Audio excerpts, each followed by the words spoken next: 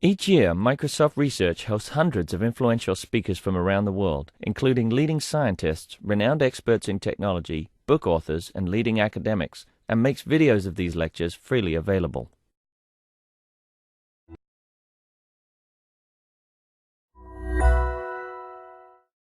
All right, it is my pleasure to introduce Mike Swift. Mike and I have known each other since Mike was a graduate student at the UW, and I used to go admire his Nooks papers and then go up to him afterwards and say, wait a minute, this has got to be a lot harder than this. What are you going to do about ioctals and things like that? At which point Mike would, when I would have the discussion of the difference between product code and research code, things like that. Etsy. Excellent. You're in good shape. Ed's even shown up. And let's see, and then I guess the other thing, so we actually did try to hire Mike, but he had a lifelong goal of being a professor. That's true. My father was a professor, Yes. and I had to live up to his Yep. I remember the point in the selling conversation where Mike said, look, I saw my dad teach when I was 12, and I've had a dream to be a professor ever since then, so he had to go try. You know, at this point, I can't remember if that's really true or not. But I have to assume that since I told you it was true. Whether it was a dream or just an assumption, which is very different. It made me feel better in letting him go to Wisconsin. So anyway, but we're glad to have him back to tell us about the work he's been doing. Okay, thanks. Move this out of the way. Anyway, thanks y'all for coming. I'm going to be talking about the work that I've been doing on looking at the interface to solid-state storage devices like flash or phase-change memory. So to put this work in context, I think I'm probably most known for work on device drivers, and I've sort of expanded since then. And my real interest is really kind of the bottom half of the operating system, where you're really focusing on interactions with the hardware and what that looks like. So with device drivers, I first look at reliability, and then I've been doing some work on sort of different models of how you program drivers or where the code runs and writing in languages other than C. In terms of memory, I spent a lot of time looking at transactional memory and how that relates to the operating system. How do you virtualize it, handle page faults and context switching? Recently, I have some work on dynamic processors where the processor can reconfigure. And again, what does this mean to the operating system? And most recently, I've been looking at solid-state storage. And my interest here really is saying, if we have these new devices, what does it mean to the operating system? You know, are they really just faster, smaller, lower power disks, or are they something different that we should treat differently and think about new ways of interacting with them? So if you look at storage trends over the last 10 years, I think, as all of you know, there's been this huge trend from sort of spinning magnetic disks to solid-state disks. And then hopefully we'll get to this. This is the Onyx prototype from UCSD, which is built on phase change memory, which is sort of, again, an order of magnitude or two faster than flash storage. And so what's interesting about this is that as you look at these devices, these newer devices are not just smaller, faster disks, but they have dramatically different properties. And they behave very differently. And I think that's what makes it interesting to look at how we interact with them. So first, looking at flash drives, the key property of flash drives, as I look at it, is that fundamentally the storage medium is something you can't directly overwrite. You have to erase large blocks of flash, which is pretty slow in the order of milliseconds, before you can write to it. And what this means is that inside most flash drives, there's a piece of software called the flash translation layer that will take incoming addresses and then route it through some kind of mapping table to find where the data actually lives within the device. In the device, data is written usually in some kind of log structured format where whenever you write new data, it writes it to a new location, and then you can asynchronously garbage collect the old data. So this is very different than traditional disks where you just write things where you just overwrite data directly. In addition, a key feature of flash is this limited endurance, where you can only overwrite flash a limited number of times, which means that you have to spend a lot of effort in terms of where you do these things to kind of where to sort of level your writes out across the whole device. And the net result is you've got this fairly sophisticated piece of software on a processor inside your flash device doing all this interesting work. So the second new piece of storage technology is storage class memory, which I know there's been a lot of work at Microsoft. And the key features that I'm interested in are first that you can sort of attach it to your processor in a way that makes it sort of act a lot like DRAM. And this means that instead of using a device driver with a block interface, you can potentially just use normal load and store instructions within the processor to access memory. Furthermore, it's very fast, so it's much faster than flash. And this means that software overhead matters a lot, because all that software overhead really kind of hides the short access time.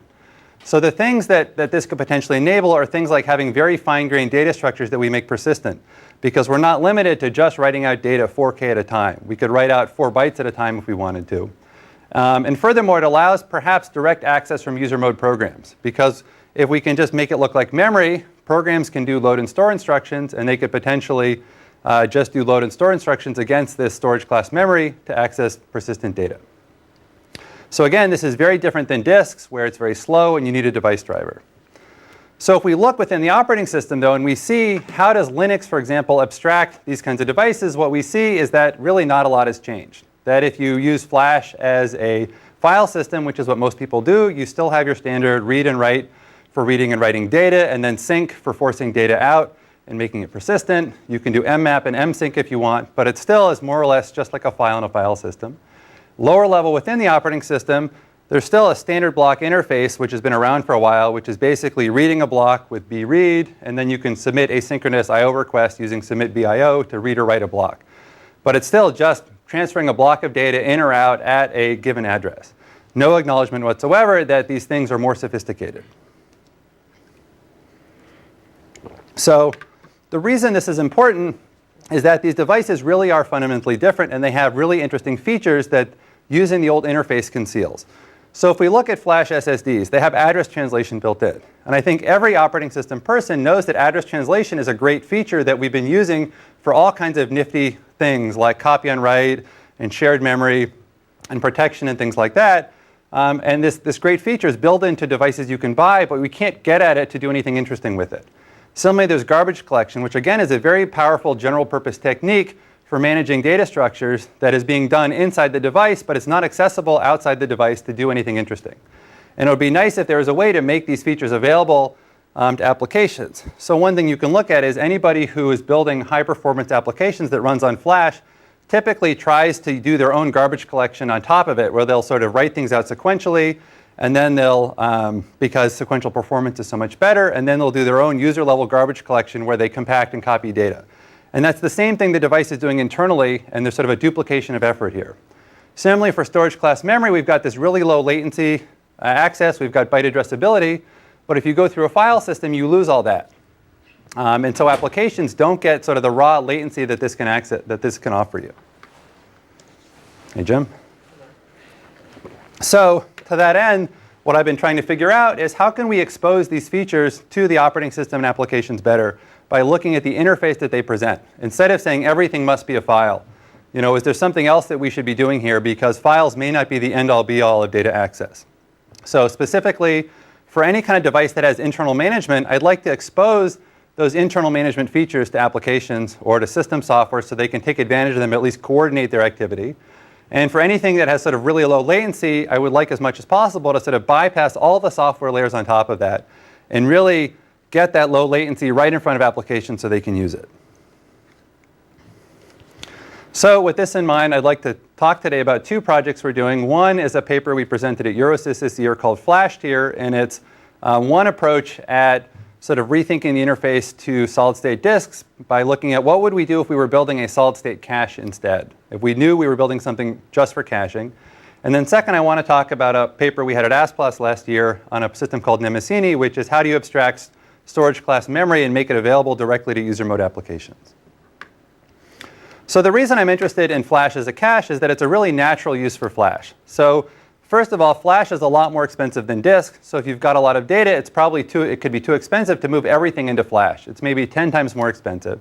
But at the same time, it's so much faster, maybe 100 times faster or more, that you really want to get the advantage of that performance. And so a natural thing to do is to basically stage all your hot data into a Flash device, and then hopefully most of what you need to access, whoops, I'm jumping ahead of myself. Most of what you need to access is on the Flash device, and you can get to it very quickly. So this is such an obviously good idea that pretty much every operating system, except maybe Mac OS, has this built in at this point. Pretty much every storage vendor has a product that does something like this. Fusion IO sells a lot of caches. I think OCZ has some caches that sort of come with hard drives. Yes? What's using it for these days? Is it the page file, or is it there actually, does the ext2 actually have the ability to use it as a... So there is a block level filter driver that acts as a cache called bcache that sits underneath any file system or database and will then transparently send blocks to either the flash device or the disk. So it's a lot. I think Turbo Boost is that the Microsoft caching product? It's or Ready Boost. I forget which one. Oh, wait, that's part of it. So I think it's similar to Turbo Boost, which does transparent caching, the block level in Windows Vista and beyond, I think. So furthermore, big service providers. Yes? So this doesn't take any benefits from the non-volatility. It's just to improve the... So today, most people who are doing this don't take advantage of the non-volatility. They actually, well, in a way, they only write out clean data. They'll do write-through caching. And then most of these systems will basically delete the cache when you reboot the system. So they don't actually use the non-volatility. And I'll talk a little bit about how we can exploit that. You could do it, but in a lot of cases, people don't trust the flash device as much as they trust the disk, despite the fact that I know there's data from Intel that shows at least their SSDs are much more reliable than disks. Intel had a study where they replaced all their laptop hard drives with disks, and the failure rate for laptops went down by a factor of 5. So they actually saved a lot of money putting in SSDs. Anyway, so a natural way to do this, as I said, is to do it transparently as a block device, because you can do this basically underneath the file system, and you don't need to rewrite all your code to take advantage of this. You don't need to modify NTFS or ext2 to do this. Basically, the file system talks to a generic block layer, and then in the block layer you put a filter driver, which acts as a cache manager, and the cache manager has metadata about all the blocks that are being cached, and when a request comes in, it can sort of decide, is this block located on an SSD or is it located on disk, and where should I read it? So on a read, it will consult either one. On a write, if it's write through, it'll write to both, or it can do write back and sort of write the data to the SSD, in which case the SSD acts like a really large write buffer, absorbing new data as it gets written, and then you can later destage it back to disk. So there's a lot of advantages to this. One is that it's transparent to most software in the system because it's at the block layer below everything else. And two, you're using a commodity piece, an SSD.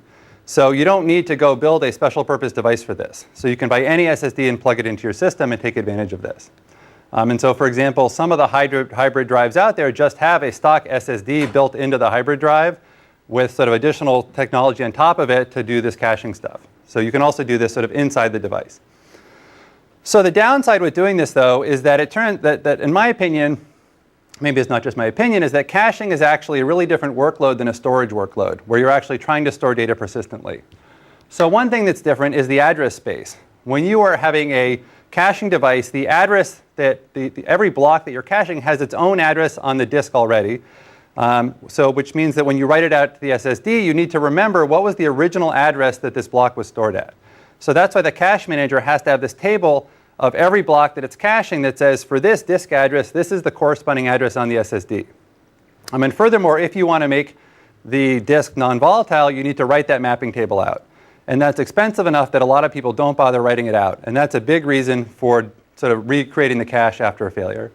Second is the issue of free space management. So caches already have to manage free space. They want to use as much capacity as possible, and they think about what to evict when they get full. So similarly, SSDs are doing free space management because they're absorbing new writes. They have to garbage collect old data. They have to figure out what to garbage collect and how to sort of manage the free space. And so again, there's things going on at two layers that could be coordinated. For example, it might be beneficial if the SSD, instead of garbage collecting data that was about to be evicted, would just delete the data instead. If you're going to evict it, why bother the cost of moving it around when you're not going to use it again? And then finally, there's this problem of cache consistency and durability, that we might like the cache to be durable across reboots, which would allow us to use it as a write buffer also, because it's and sort of take advantage of non-volatility. But because of the cost and complexity of persisting this mapping, this translation of disk addresses to flash addresses, a lot of flash caching products don't do that. For example, I don't think the Microsoft version or the Solaris version of the caches are persistent across system crashes. So the key point here is that a caching workload looks very different than a storage workload. And as a result, we might want something different out of the device. Yes? Are there read-write workloads where having the SSD as a cache actually ends up harming your throughput? Is what? Are there read-write workloads in your experience where when you have the SSD in front of the disk, you end up harming throughput or harming performance? Like, does it actually get in the way? Or is it strictly do no harm We haven't seen that yet, but I will say that our experience is limited to a small number of traces from the SNIA website, which may or may not be representative. But I could definitely see if you have something that is just doing a lot of writes and you're basically, and you're not reading anything, then writing it out to the SSD really doesn't buy anything because you're just going to fill up the SSD and then write it out to disk, and it's just sort of added expense and latency in the system. Yeah, so I think that would be the number one case. And the latency does go up, like you can't do them in parallel, the two writes. Well, the overhead goes up because you're spending more software time managing the cache. So you can do the things in parallel. So to address this, we built a system called FlashTier, which basically starts with the normal caching architecture. The first thing we do is we take this SSD at the bottom and replace it with what we call a solid-state cache, which again is designed to be a commodity system that anybody can build with a standard interface, but it's built to be a cache. So the first thing we do is we have a unified address space, which means that you can store data at its disk address directly instead of having to translate disk addresses into flash addresses. Second, it has cache-aware free space management, so it knows about which data might be cold data that you could evict instead of garbage collecting when you want free space.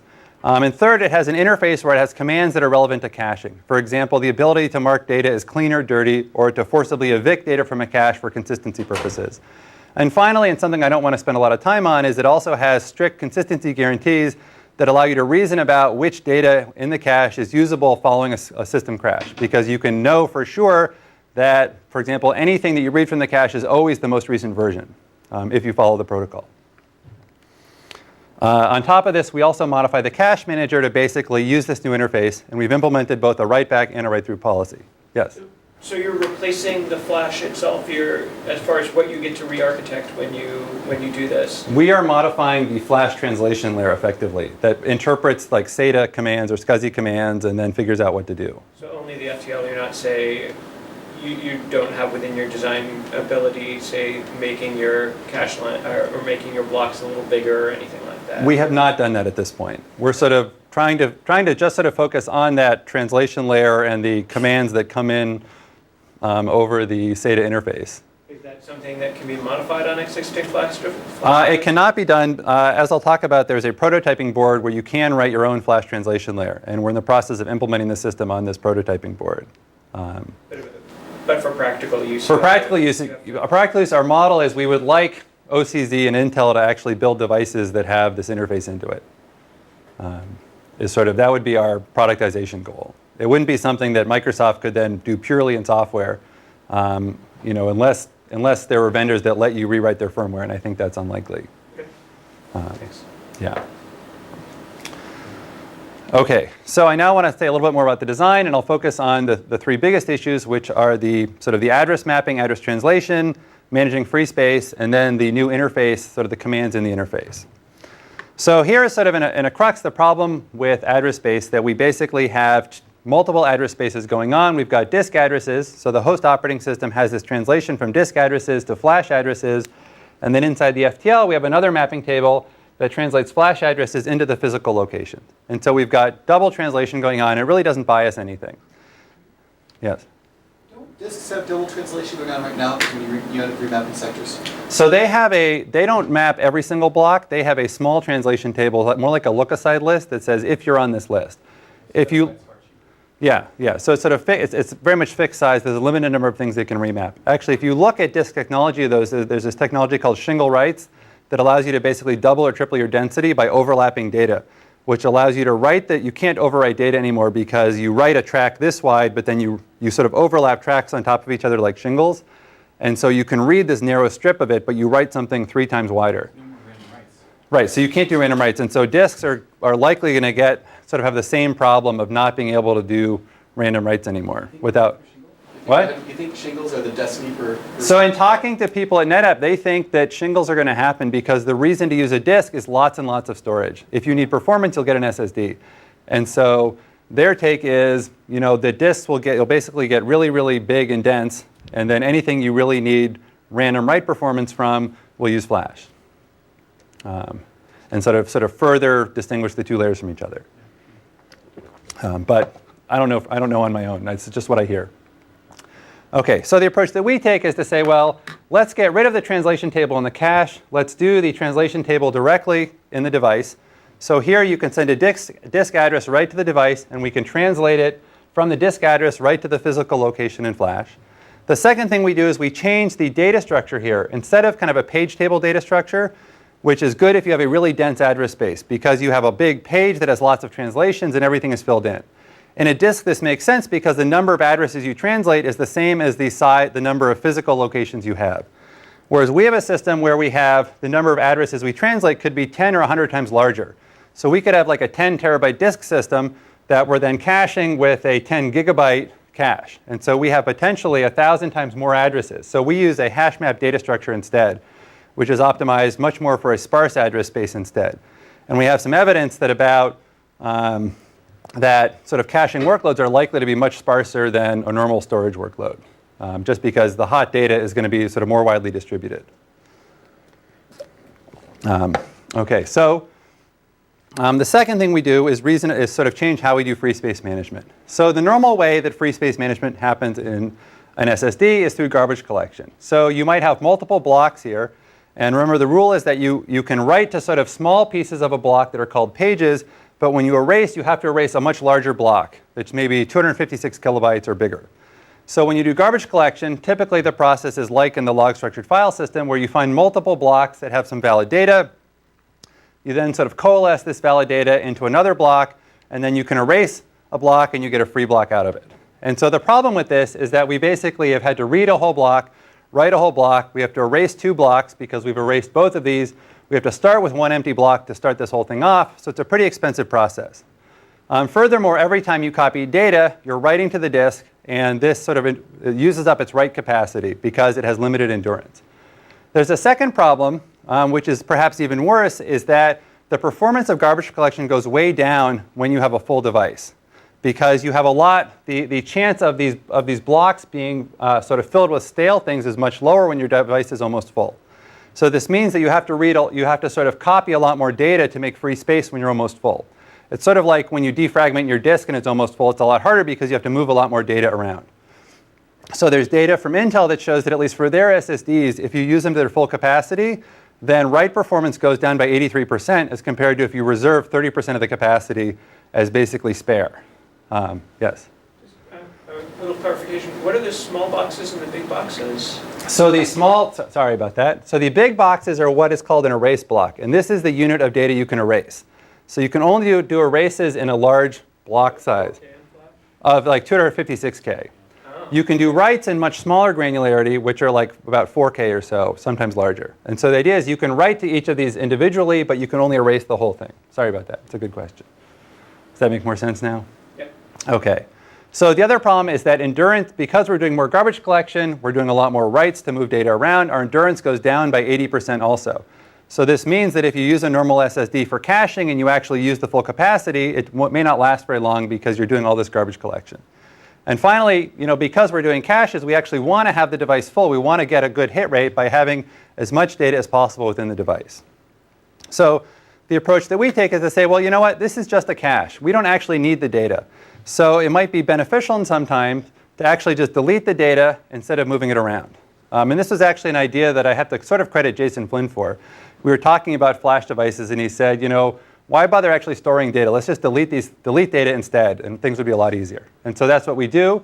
So to do this, we have to make sure the device knows which data is dirty and which is clean. And once we know which data is dirty and clean, we can find a block here that has only clean data. And when we need some free space, we can just delete the data instead of copying it around. And the nice thing is we have now made an erase block without any extra reads or writes. We just have to erase the one block, and we delete the data. And if the data is indeed fairly cold, then it has very little cost of doing this. And so it can be much more efficient than normal garbage collection. So we've implemented 2 very, very simplistic policies here that really don't even look at usage patterns at all. But we basically segment the disk, the drive or the flash into 2 regions. One is called the log region, which is where new writes come in. And they're basically sort of randomly accessed, and things are just written in log order. So this is all sort of the hot data that's being written. And here we still do garbage collection. Because this data was recently written, it's likely to be accessed again soon, we find. And so deleting that data really hurts performance because we get a lot of read misses. This other portion is called the data region, and this is colder data that tends to be stored more sequentially. And here we will just evict this cold data when we need space. And in this model, we actually just recycle when we evict data, we recycle the blocks to become data blocks. So here we have a fixed size log and a fixed size data region. An alternative is to have sort of a variable size log where if we're having a lot of writes, we can make the log much larger than normal. And this means we have a larger region to sort of coalesce data from when we do garbage collection. And then we still will do eviction from the data region, but we'll then recycle the block to make a new log block. And we can also take a log block where if you write all the data sequentially, we'll sort of convert it into a data block. The reason this is important is that we can also do the address translation for these regions at different granularity. So this is sort of randomly written new data. We translate this at 4K. And this is sort of much more sequential data. So we translate this at an erase block granularity of 256K. And so this saves on the memory space needed for translation by partitioning things this way. And it's a fairly common approach from what I understand in real solid-state drives too. Yes? Any admission policy for bringing the block first time into the cache? Is it like when it is first accessed? So we have two, I'll get to that on the next in a couple of slides. Yeah, when I talk about the cache manager implements the policy of when to put data into the cache. Okay, so the next thing is the caching interface, which is what do we need to add to it a solid-state drive to make it a better cache. So what we need is first some way to sort of do cache management to identify which blocks are clean and which are dirty so we know what we can evict. And we also need some way to ensure consistency. So for example, if you write data directly to the disk and bypass the cache, you might want to forcibly evict data from the cache so that you're sure that it never stores a stale copy of data. You also might want to change the state of a block from being dirty to being clean when you do write it back. So to address this, we basically take the existing read and write block interfaces and sort of tweak it a little bit.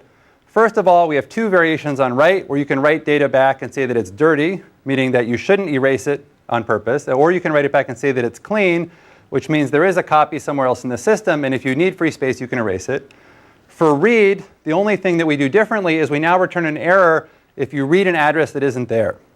So normally if you have an SSD and you read an address that has never been written to, it'll just make up some data and give it back to you. Typically zeros or something like that, but it could return whatever was written last time at that physical location. There's no specification for what happens when you read unwritten data. Here you know for sure that something isn't there. So the nice thing about this is that if you want to access the cache, it's always safe to just read a disk address off the cache, and if it's there, you'll get the data. If it's not there, you'll get an error. You'll never get invalid data.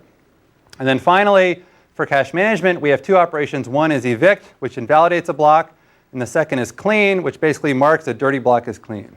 Ed? So I guess there's a little bit of a trade-off in the read interface, because I can imagine issuing reads, and if you miss, you just fetch it off disk because you know the data is important.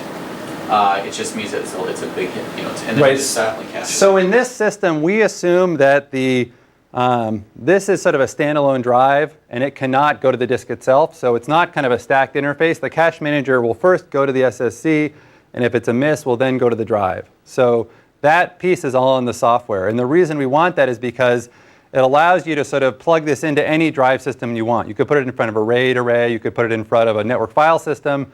It can work with any form of block storage.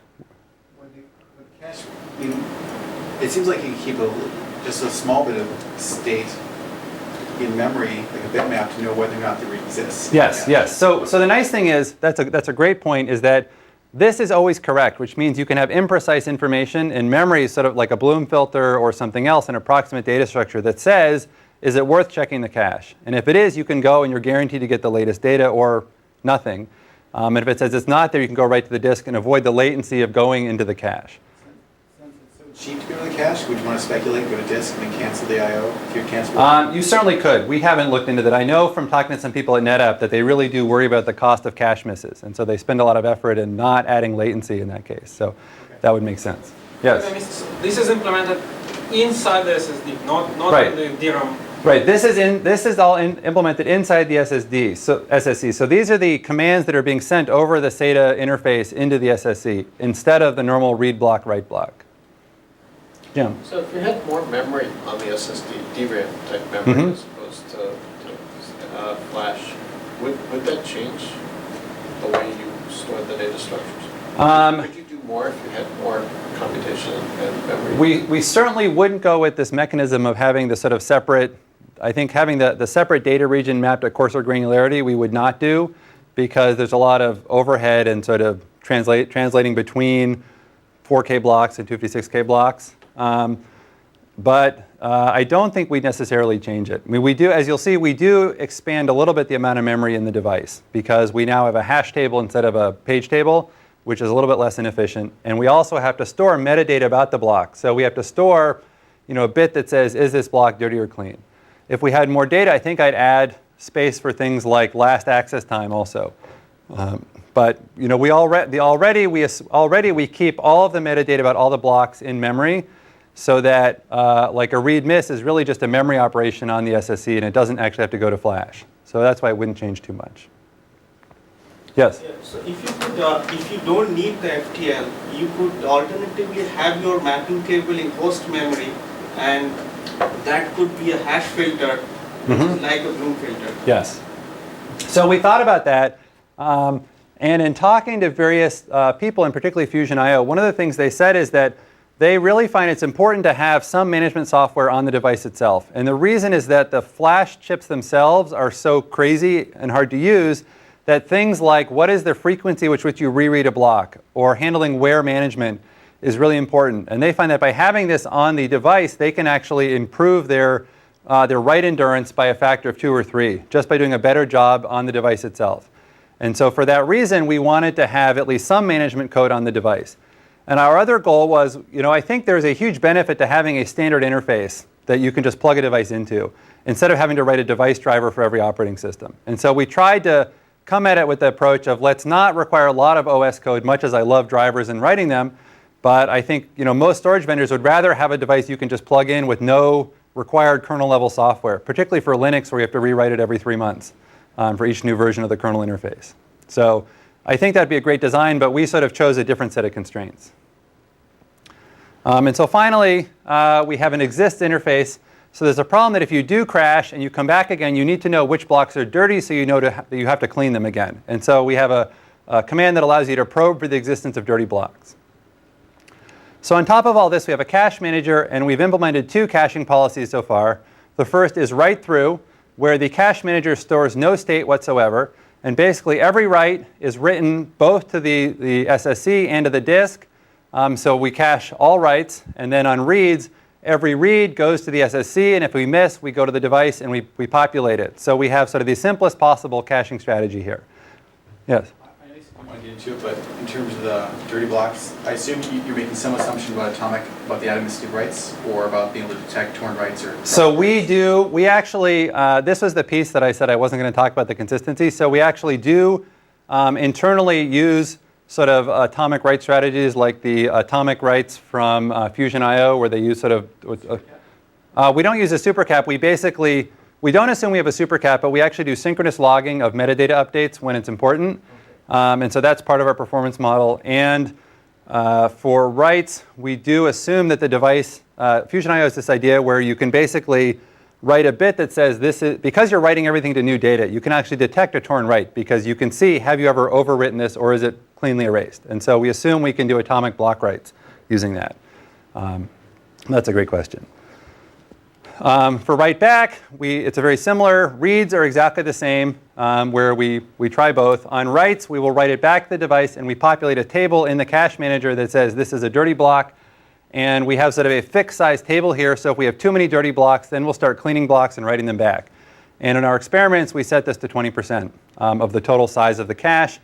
And then finally, when the system crashes, we use the exists primitive to sort of go and reread to find out what all the dirty blocks are.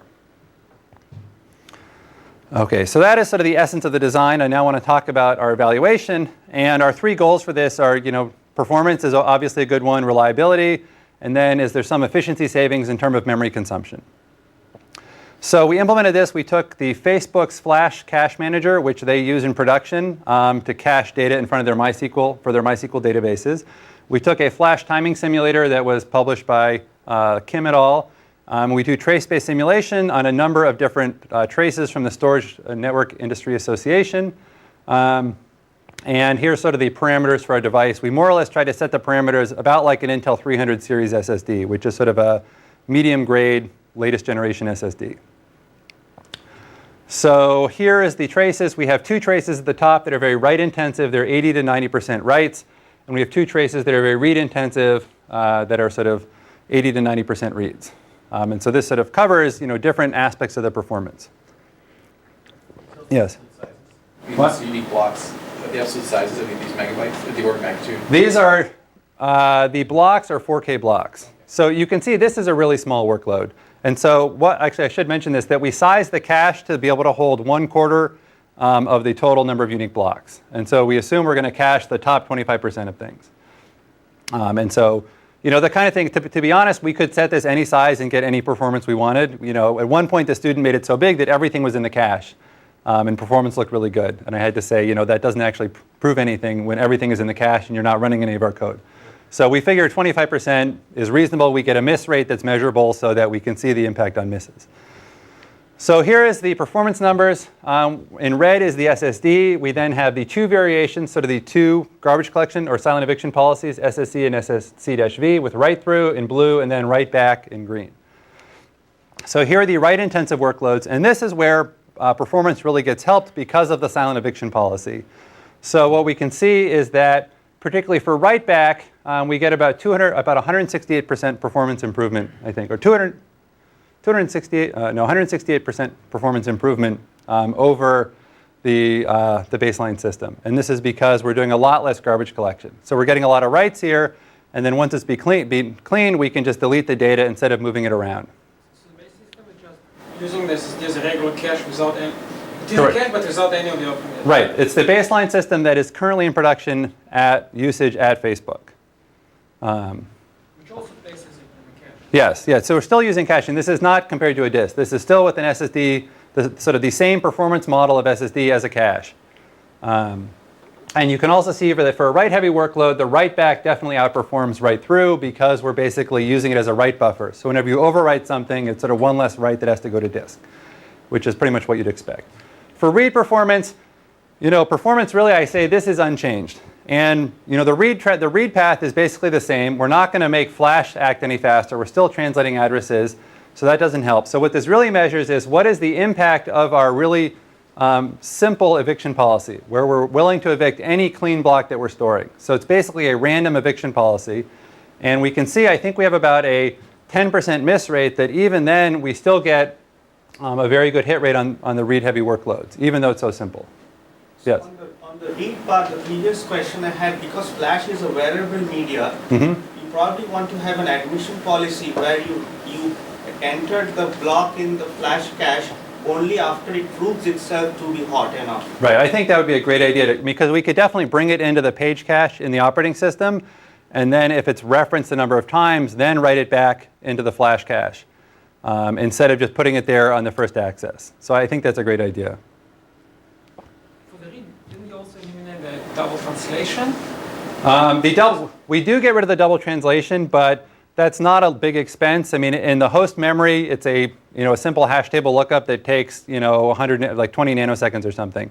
And our translation, we time the speed of using a hash table instead of a page table, and we see that it adds like 5 nanoseconds onto the time to do a translation. Andrew.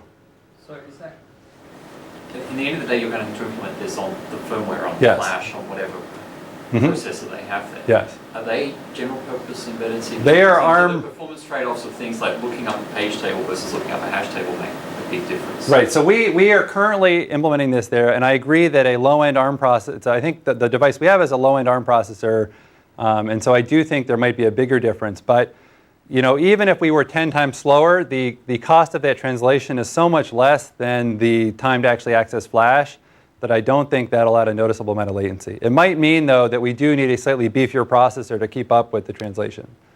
And do you know if, this is some sort of prototyping of what you're using. Yeah. Do you know if the actual production hardware is Well, it is a similarly, where it's basically all software? This is a commercial SSD controller. So it's the IndyLinks controller from, I think IndyLinks is a company that makes controllers that that OCZ and Intel use in their products. And so this is a commercial controller, but we can provide the firmware for it.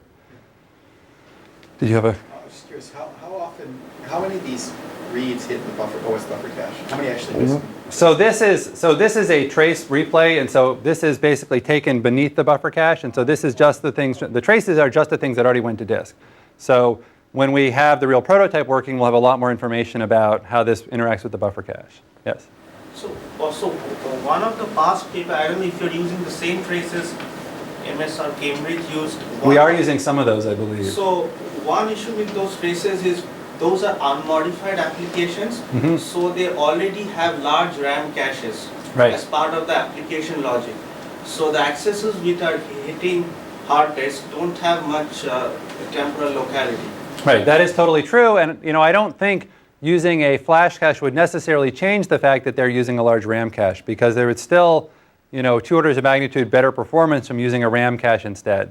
But it is true that if we did reduce the amount of caching in those applications, we would see a different trade-off here, definitely.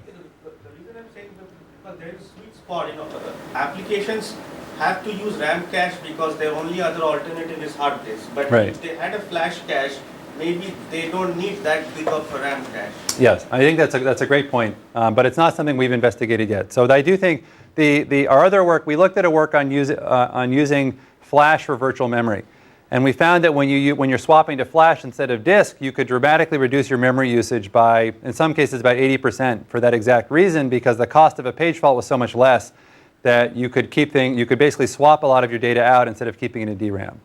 And I think definitely the same thing would apply here. One more question. Yeah. Back when you're evicting from flash to hard disk, you try to take advantage of sequential writes to hard disk in terms of choosing which blocks to evict? So we do not at this point. Basically we do whatever, we're using Facebook's flash cache software to choose which blocks to evict. And so my guess is they already tried to keep it sequential, but we didn't modify that. In our performance model, we basically assume that all disk accesses take half a millisecond. And so it's a very simple performance model. We're not sort of looking at the locality of the disk writes here, but that would definitely be an extension. Okay, so the second thing we looked at is endurance. Does silent eviction help with endurance because we're not doing as much garbage collection? So here we show what we measure is the lifetime in years of the device. So this is a device size to hold 25% of the unique blocks. We look at the duration of the trace to calculate the frequency of writes and then therefore the frequency of erases, and we figure out at this level of workload how long would the device work, assuming that you could do 10,000 overwrites per bit stored in flash. And so what we see is that there is a reasonably good improvement in lifetime here because of silent eviction, because we're not doing garbage collection.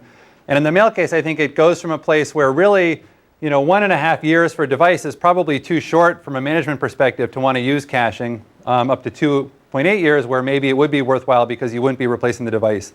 And I will note that this is a very small workload, and so you take it with a grain of salt.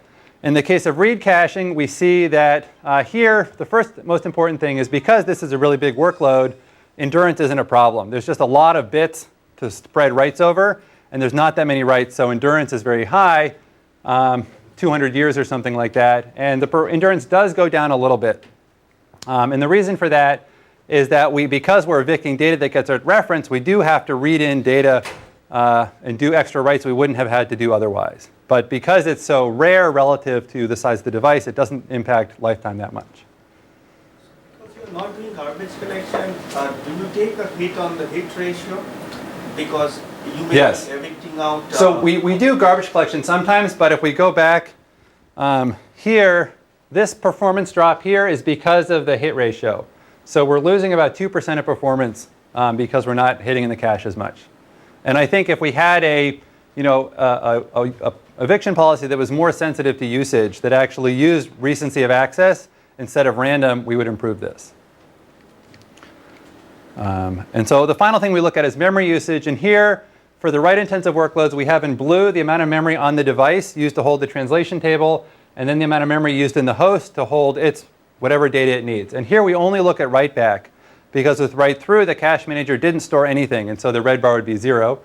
So the ratio of these things is the same across all workloads. So we can just take one for example, And what you can see is that with the normal SSD, there's a small amount of data in the device. This is very compact. It's basically a page table containing every block on the device. But the host has a lot of memory because it has to store a hash table that keeps track of every block stored there. In the SSD case, the device memory goes up because we've gone from a page table-like structure to a hash table, which is slightly less dense. And so we increase memory usage in the device by about 10%. But the data usage on the host has gone down by 80% because we're only keeping track of the dirty blocks and not all the clean blocks also. And that holds across all of the different workloads. Andrew. So if I'm going to build one of these things, how do I decide how much memory to put in it? So you know that if I'm going to buy one, do I have to trade off more flash, more DRAM? So what you would say is when you build the device, you know how many blocks it has physically, and you need a hash table that can hold a mapping for that many blocks, and that's how you would size the memory on the device. So in the host, similarly in the host, you'd want to reserve enough memory for whatever your fraction of dirty blocks is. So remember. Why does this relate to the workload then? So the workload doesn't use the full capacity. Right, so the reason is we size the cache differently for each workload according to the size of the workload. So this is sort of, a 1 gigabyte cache and a 5 gigabyte cache and a 100 gigabyte cache or something like that. And so that's why the amount of memory you need is different, because the number of blocks you're caching is different for each workload. That's a good question. Okay, so as I mentioned, this was all done in simulation. This is the board that we're currently using. It's the OpenSSD prototyping board. And it has this IndyLinks Barefoot SSD controller. It has some memory, some flash. And you can basically write your own FTL to go into here. It comes with 3 FTLs. And it performs relatively well, so that I think it actually provide useful results. And so my student has implemented the stuff, and he says it'll all work, but he hasn't actually tried it yet. So we'll see what happens. But it's nice because I think until this year, it was very difficult to actually build an FTL and do anything. I know Microsoft Research had a big effort to build something on the B board, the B3 board or something. And this is a lot easier to just use a commercial controller. And I think it's probably more representative.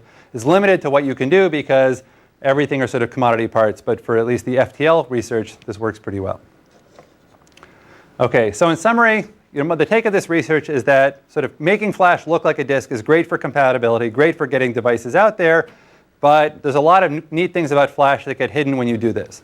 And one thing we can look at is, are there better interfaces? So we've looked at one interface which is really designed for caching, which makes it easier to write a cache and perform better in some cases, reduces memory consumption. And I think there's other opportunities to look at other interfaces to flash sort of tailored to specific applications. Or even an interface to flash that is sort of subsumes this and handles other applications as well. Yes? Yes, the earlier point, do you use the non-volatile property to do like fast recovery, like instant on cache? Yes, we do. So this is we have a write back and a write through. So in all cases, actually, the cache is non-volatile. And so as soon as you turn it on, everything is accessible in cache. And I have a separate slide, I don't know if I have it with me, that shows the recovery time is like half a second or something like that. Whereas the Facebook Flash Cache, which had a non-volatile option, took about 30 seconds to a minute to recover because it had to reload all the metadata into memory. So we do have that capability. Yes? One brief question. Earlier you talked about the limitations of flash because you had to leave 20 or 30% empty. To get high endurance. Endurance. So have you done experiments where you could, or do you think with this system you could keep the flash 90% full and not take the big perf hit, or is that just fundamental? So I think it depends a lot on the workload, but what we can do, I think, is more interesting is we no longer have a fixed capacity device. We can decide for a workload how much of it can we actually use for live data. If we have a very static read-intensive workload where we're not doing any writes, we could use 100% of the capacity because we don't need to reserve anything for incoming writes. So there's one copy of every block, so you can use all of it. If we have a very write-intensive workload, what we want to do is absorb writes as quickly as possible, like a write buffer, and coalesce over things that are overwritten, and then we might use only 30% of the device or 50% of the device. So really what we want to do is size the device to optimize performance rather than hit rate or something like that. Facebook's cache today could do the same thing. It could use 100% of the reads, right? If it was reading. Well, the devices internally actually reserve 7% for logging purposes and things like that. Yeah. So you can do but you can definitely statically. I mean, Intel recommends if you're doing a cache, you should statically reserve, create a partition that's 30% of your device and not use it more or less to get optimal performance. And this would allow you to dynamically react to a workload. OK, so I have, I think I have about 5 or 10 more minutes or so. So I'd like to sort of go on, and I will try to not go through this fast, but I'll try to cover the highlights in the time that I have remaining. So the second piece is looking at what do we do with storage class memory. It's this really great technology that can be, the dream of system architects of having persistent memory that's really fast, perhaps. And the question is, how should we expose it to applications? So if we look at what we did with disks we typically have a pretty deep stack of software that we have to go through before we access the disk. And if you think about it, there's actually a really good reason for this. So at the bottom, we have devices that have no protection mechanism. So a disk can't tell which processes are allowed to access which blocks. So we need to go through the operating system, which actually implements protection through file system ACLs. Similarly, we use DMA to access it. DMA operates on physical addresses.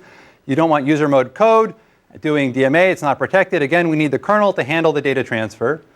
We have a device with incredibly variable latency. And so having a global scheduler that can reorder things can really optimize performance and get you, 10 times better performance if you do things the right way. Similarly, because it's very slow, having a global cache where we cache commonly used data across processes makes a big difference. So, for disks, this is a great architecture, and I think it's worked really well over a lot of years. If we look at using storage class memory, we can see that things change a little bit. So at the bottom, if we map it as memory, we have hardware protection. So we can use virtual memory protection bits. So we no longer need to go into the kernel to implement protection. Because we're accessing things directly with load and store instructions, we don't need a device driver that mediates all access. And so we can get rid of the need for sort of a global device driver. Because we have more or less constant latency, we probably don't need an I/O scheduler to reorder requests. And so we don't need that another piece of global thing. And then because the latency could be as good as DRAM, we may not need as much sort of shared caching across processes, because it's just not that expensive to go fetch things directly from SCM. And so what this means is that we think that all these things that said file systems have to go into the kernel to access data may not be true with storage class memory anymore. And so what we set out to see was, could we build a way that you could expose SCM directly to applications as memory using memory protection to control access? So to address this, we built a system called Mnemosyne. The student who did this is Greek, and so we were told to not use this name because it was too hard to pronounce. But it turns out that Mnemosyne is the Greek, the Latin word for Mnemosyne is moneta, and Steve Swanson's group had their PCM prototype disk was called moneta, and so that was already taken. Clearly, we were consulting the same source of names. There's another paper with this name from NSTI. So OK, yeah. Right. Well, yeah, but it's not storage. So right. Well, Mnemosyne is the personification of memory, which is a great. We tried Indian words also, but we couldn't find one that we were comfortable with. Anyway, so the goal here is that first we have a persistent region in your address space where you can put data that survives crashes, and then we also have a safety mechanism so that if you're doing an update in that region of memory and you crash, you don't get corruption. Kind of like file systems do journaling and shadow updates to prevent corruption. So the basic system model we have is the picture I showed before. We've got DRAM and SCM, both attached to your system. In your address space, we now have regions that are volatile, regions that are non-volatile. You can put data structures in them. If there's a crash and something bad happens, the volatile data goes away, but your non-volatile data survives. So this is the basic mechanism we want to give programmers. So one of the key challenges here is, what if you're in the middle of doing an update, like inserting into a linked list, and you've got your update partially done, and something crashes before you fix the data structure. When you restart the system, you'll find your data structure is inconsistent, and you either need to walk your data structures to figure this out, or you may suffer with incorrect data. So this is what we would like to help programmers with as part of this. Yes? Is it still a little bit slower than DRAM? It is a little bit slower than DRAM, and it's getting slower than DRAM every year. It's getting slower, faster than DRAM. DRAM is getting faster than it is getting faster, I guess. So now, now there's no difference in application. So it could be like some, the cache, the way the CPU, caches the stuff, like it will increase longer. Yes. So actually, I talked. So this difference seems to me. I agree there are definitely some system integration issues that I've heard that processor pipelines do really poorly with long variable latency events. So if you have a write that takes a microsecond, your pipeline is not built to have things that are outstanding for 1,000 cycles or 2,000 cycles. And so integrating this into the system is not, when we started this work, PCM looked a lot more promising, and the speeds were going to get fat. We're going to be, twice, half the performance of DRAM instead of a quarter of the performance. And so it made more sense. But we still, the read performance I still think looks pretty promising. It's the write performance that really would be an issue. And the way we handle writes, we actually sort of encapsulate the writes separately. And so we can do that. We actually do the writes off the processor pipeline. We do I'll show you how we do that to sort of not affect other instructions. But I agree that it's definitely an issue. What? The way you guys do writes is one of my favorite things. And the reads are comparable? Is there what? The reads are comparable? The reads are projected to be a lot closer to DRAM reads. The writes are projected, compared to what the writes are. That currently projection on writes are like a microsecond, and reads are like 200 nanoseconds, I think. Ed could probably tell you more about it if you have questions. Okay, so our goal is basically to make this consistent. So the first thing we have is a program abstraction, which is basically a persistent region where you can declare variables, global variables, to be static, p-static variables, which means they're like static variables that survive multiple calls into a function. These variables survive multiple invocations of the program. And this is really designed for sort of single instant programs like Internet Explorer or Word, where you're only allowed to run one copy of it at a time. And if you try to start a second copy, it will sort of kill itself and redirect you to the first copy. So this is a pretty standard model for applications that manage their own persistent state to begin with. We then also have a dynamic way to create this using pmalloc, where you can basically do heap allocation. And our goal here is that you can allocate some data with pmalloc, hook it into some kind of data structure, and then the global variables, the p-static global variables, are how you name this data and find it again after a reboot. So that's sort of your name. This is how you name persistent data and get access to it again. So the key challenge here is, how do you update things without risking corruption after a failure? And so here's an example of the kind of thing that can happen. So suppose you have a data structure that has two fields, a value field and a valid field. And the invariant is that the new value the value shouldn't be used unless the valid bit is set. So suppose you first set the new value. The old valid bit was 0. So we know this, for example, is invalid data. We then set the valid bit. So now in the cache, we see that we have a new value and it's valid. The challenge we have is that the data only survives a failure if it actually gets all the way back to SCM. If we crash and the data is in the cache, it gets lost. So this is a lot like your buffer cache of disk pages. If they're in memory, you don't get to keep them. If you write them to disk, you're good. The challenge here, though, is that we don't get to control when things get written back. The cache itself decides when things get written back, and it can write them back in any order. So the processor cache may evict this valid bit before it evicts the value bit. When we have a crash failure now, what we see is that we have inconsistent memory in SCM, and our invariant is broken. Andrew? It sounds a lot like multiprocessor consistency. It is. Can you have things like fences and Yes, you can. Yes, I mean, it's the same basic ordering problem that you have to solve. Except instead of being visible to other processes, it's basically being out to memory. Exactly. So the basic thing that we need is a way to order writes, because ordering writes allows you to commit a change. If you have a log, you can say the log record is done. If you have a transaction, you can say the transaction is committed. A shadow update, you can say here's the new pointer. So we need a way in existing to sort of order writes, and our goal is to do this as much as possible without modifying the processor architecture. There's things you could do. For example, there's some work that I think Ed was part of that looked at, can we sort of introduce epochs into writes to the cache that say this is the order in which things must be evicted to preserve this ordering. And our approach instead is to say, well, fundamentally what we need is a flush operation which says force something out to PCM, and then a fence operation that says wait for everything that's been forced out to memory to actually complete. So it's a lot like asynchronous I/O, where you're doing an fsync, an fsync, and then you're waiting for it to complete. And with this, we can sort of order any pair of operations and make sure that they actually become persistent in the right order. So if we do this, we sort of can make sure that we forced this value out before we actually force the valid bit out. So if you're not familiar with these instructions, move NTQ is a non-temporal store. It's meant for streaming large amounts of data out. And it isn't ordered with respect to normal stores. So it doesn't obey TSO or sequential consistency. And so it works better, I believe, for long latency operations. And it's also write combining, so you can sort of push. It's the best way to push a lot of data out to memory. And then CL_flush just flushes a cache line. So this is useful if you're kind of updating a data structure in the cache and then you want to sort of commit it at the end.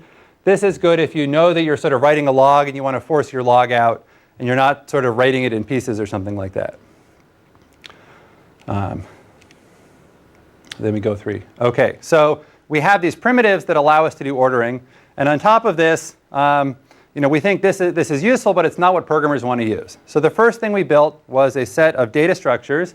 Basically, we have a persistent heap we use for pmalloc that allows you to allocate and free memory, and it keeps track persistently of what's been allocated, what's been freed. We also have a log structure here that handles things like torn writes. So if you're in the middle of writing to the log and you crash, we can tell which log records are complete and which ones are not complete with very high speed. And then on top of this, we have a general purpose transaction mechanism where you can put arbitrary code within a transaction, and whatever within that code references persistent memory will actually be sort of made atomic and consistent and isolated and durable if the transaction commits. So I'll show a little bit about how this works. So here, we actually just reuse existing software transactional memory technology. We use the Intel software transactional memory compiler. So you can put atomic keyword into your program. Here we can put our 2 updates in there. The compiler will generate instrumented code with calls out to a transactional runtime system to begin and commit the transaction. And then every store will also be instrumented with the fact that this data was updated and what value was written out there. And there's a runtime mechanism that implements a write-ahead redo log. So everything that gets stored is written to a redo log. And then at commit, we sort of force the log. And then we can lazily actually sort of force out the data itself because we have this log around. And so by doing this, we get sort of full ACID transactions for memory. And the nice thing is this also, because we're using transactional memory, there's a standard problem in persistent memory is what if you have a lock in persistent memory and you write out the fact that something was locked and then you crash. How do you figure out to sort of clear all those lock bits afterwards? So the recoverable virtual memory work from Satya had a special mechanism to kind of fix all this. But transactions avoid the need to actually have any sort of state about what's locked within a data structure itself. So here is sort of a high-level picture of how you might use this to store a hash table. We have a static global variable that we can use pmalloc to allocate space for. One thing to note is that pmalloc takes the address that you're allocating memory to as an out parameter. And this is important because there's a race condition where you might allocate memory and then crash before you assign it to your static global variable. And making an out parameter means that internally the allocator uses a little transaction to allocate the memory and atomically assign it to the pointer. So we can guarantee you won't sort of leak data if you crash in the middle of this. To insert into the hash table, you basically begin a transaction. You can allocate some data, float with the key and value, insert it into the hash. And if you crash at any point within this, the transaction system will sort of wipe away everything and make sure that when you restart, all of these changes don't show up because you never committed the transaction. So that's kind of the big picture of what we would like to enable. So our implementation, I think, is pretty obvious what you might expect. So evaluation. We did not have any SCM available or PCM to do this, so we have a very simple performance model. We're really focused on the latency of writes. Does this make it faster to write data? And so we basically, because all the writes are going through a transaction mechanism or through our primitives or our data structures, we basically instrument all of the writes to SCM with a delay, a configurable delay, and we default to a very aggressive 150 nanoseconds added latency on top of accessing DRAM. And then for comparison, we compare against running ext2 on top of a RAM disk. ext2 is pretty lightweight, so it performs pretty well in this configuration. And also here, we're largely looking at data within a single file and not metadata operations. So it's really just moving data, sort of doing mem copies back and forth. It's not, doesn't really stress the metadata, which is where a better file system might have an impact. So our micro benchmark is just looking at a hash table. This is a comparison of a hash table my student downloaded off the internet and made persistent using transactions against Berkeley DB, which is the thing that everybody in the open source community uses for comparison. And what we compare here is we have Berkeley DB, and we look at 3 different granularities of data, an 8-byte value, 256, and a 2K value. And we have 3 different latencies for PCM, 150 nanoseconds, 1 microsecond, and 2 microseconds. And what you can see overall is that for small data structures or small updates and for fast memory, we do really well. And it's because we really get very low overhead access to memory. As we get to longer latencies, all the optimizations that Berkeley DB does for disk about sequential writes actually help because PCM looks a lot more like a really fast disk at this point. Similarly, for small data structures, the transaction mechanism is pretty fast. We're copying small amounts of memory. But for larger data structures, sort of copying things a byte at a time through the software transactional memory is less efficient than doing sort of big mem copies like Berkeley DB. And so we don't perform as well at that large case. So we're really optimized for sort of fast memory and very fine-grained data structures. So I will just sort of show the highlights of an application workload. And the net result is for applications that are really sort of storage bound, we can be a lot faster. This is a program that uses msync to force an in-memory data structure out to disk. And we replace msync calls with transactions, and it's a whole lot faster. This is a lightweight directory server, kind of like the Active Directory. And here we have some performance benefit, but not as much. And mostly because the disk is so fast, or the PCM disk is so fast, that there's not that much to speed up in this case. But it still does make a difference. So any questions on Mnemosyne? OK. So I want to say a little about where we're going with this. So Mnemosyne is really focused on a single application with a single or a couple regions of memory. And we want to see, can we extend this to whole file systems? So Ed did some great work building a kernel mode file system optimized for storage class memory. And we want to say, well, if we can take storage class memory and map it into your address space, can you actually sort of access the file system without calling into the kernel? Can you just sort of have user mode programs directly read file system metadata out of memory and find data on their own? So we'd like to be able to support sharing, where you have multiple programs sharing data, perhaps at the same time. We want protection, so we can control who can do this, and we want to rely on memory protection to implement this. And we also want naming, where you can have a normal hierarchical namespace to actually find things. And the benefits we see is, one is performance, because we can avoid calling into the kernel, which has some overhead. And second, flexibility, where it could hopefully be a lot easier to design an application-specific file system format, because you could potentially just writing code at user mode, where hopefully it's an easier environment, you can sort of customize the layout or the interface for your application. So we're working on a prototype, and this is what it looks like. In the kernel, we have what we call the SM manager. And all this does really is allocate memory, pages of memory or regions of memory. It handles protection so that it keeps track of which processes can access which data. And it handles addressing by mapping this data into user mode processes address space. And that's all it does. There's nothing specific to a file system here. We then have a trusted server, which implements synchronization in sort of a lease manager. This is a lot like Frangipani, if you're aware of it. Yes? So is the namespace shared between applications? Or not? Yes. I'll get to that in a bit. Right. So we have a lease manager that implements sharing. So this is a distributed lock manager, pretty straightforward. We have a trusted server here, which handles metadata updates. And this is the only thing we really centralize, because we can't trust individual applications to correctly write metadata, because they could corrupt the metadata and affect everybody else. So we centralize those things. The applications, though, have a shared namespace here, and they access it by basically figuring out which page of memory holds the super block, more or less, and then reading and parsing the file system metadata structures right out of memory and finding whatever data they want. And so far, we have no caching whatsoever here. We're just, every time you open a file, we go and more or less reread memory to figure out where to find it. And the nice thing is that basically, if you're doing a read-only workload, the application can run completely within its address space without any communication at all, except to acquire some locks initially to prevent anybody from modifying that data. So it has the potential to be a lot faster and to reduce communication in a multi-core system. So we have some preliminary results using FileBench and a file server profile. We're about 80% faster than calling into a kernel mode file system. We also implemented a customized key value file system, where the interface, instead of open, read, write, close, is really just get and put. So we're bypassing creating any transient in-memory data structures. And we also sort of support fixed size files, like suppose you're storing image thumbnails or something like that.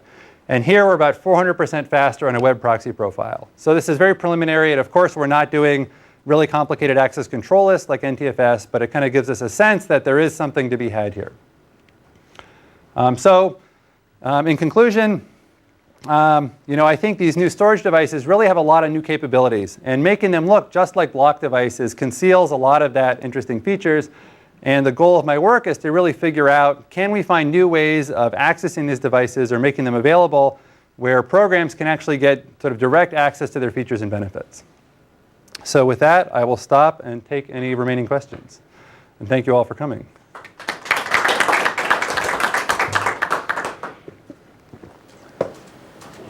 Anything left? No. Appears not. OK. Great. Well, thank you all.